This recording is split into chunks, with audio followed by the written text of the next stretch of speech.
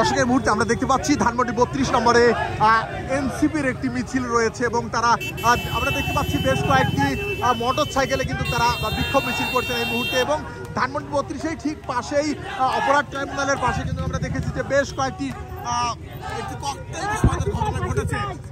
আমরা এটার জন্য প্রতিবাদ করতে পেরেছি, বিস্ফোরণ হওয়ার কারণে আমরা এই জন্য দেখতে পেরেছি ঘটনাটা কি।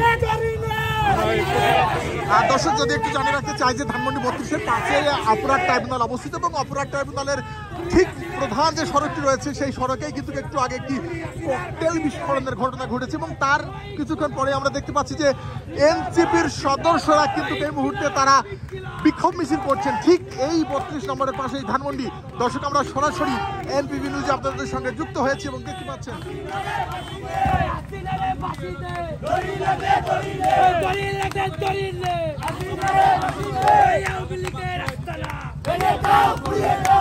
আজকেও দুইটা বিস্ফোরণ হয়েছে।